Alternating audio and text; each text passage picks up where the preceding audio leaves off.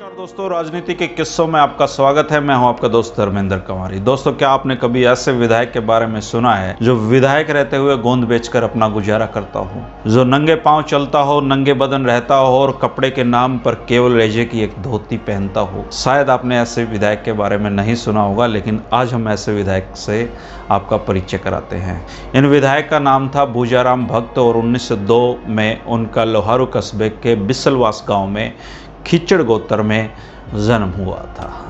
दोस्तों, गांव में एक घर होने के बावजूद 15 साल तक भूजाराम भक्त गांव के सर्वमान्य सरपंच रहे।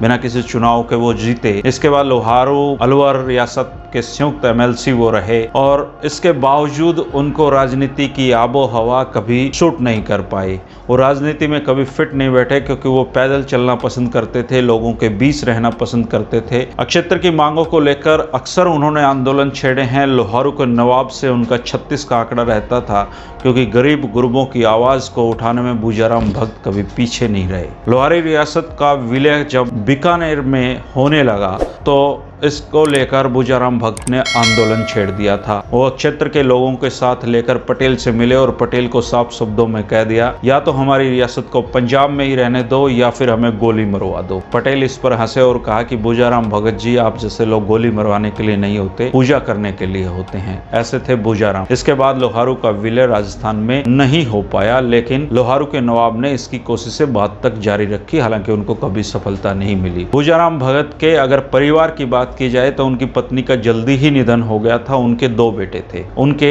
एक बेटा और एक बेटी थी। बेटी शादी के बाद पराई हो गई। बेटा उनके साथ रहता था, लेकिन वो मानसिक रूप से विक्षिप्त था। गांव के लोग ही उसको खाना वगैरह दिया करते थे। बुढ़ापे में भी भूजाराम भक्त गांव में ही रहे। 1968 में उनका निधन हुआ और गांव के लोगों ने उनकी अंतिम सांस तक बहुत ज्यादा सेवा शुरुआत की।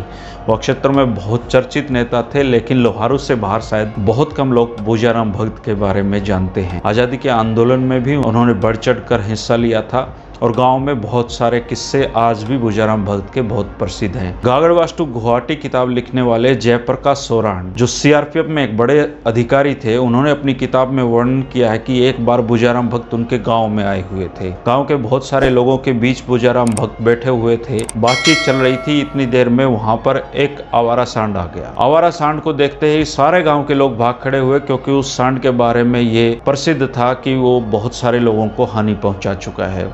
भूजाराम भक्त बहुत शांति से बैठे रहे। सांड उनकी तरफ दौड़ता आ रहा था, लेकिन भूजाराम भक्त अपनी जगह से टस से मस भी नहीं हुए। सांड बिल्कुल उनके सामने आ गया, 2 टक उनको निहारता रहा और इसके बाद वापस लौट गया। भूजाराम भक्त मुस्कुरा कर रह गए। और भूजाराम भक्त के इस तरह के बहुत सारे किस्से लोहारू क्षेत्र के लोगों, जो पुराने जमाने के लोग हैं, वो आपको बता सकते हैं। ऐसे थे भूजाराम भक्त। ईमानदारी, निष्ठा, सच्चाई शायद आज के समय नेताओं में देखने में नहीं मिलती है, लेकिन पुराने जमाने में भूजाराम भक्त जैसे विधायक भी हुए हैं जो अपना जीवन यापन गोंद बेचकर किया करते थे।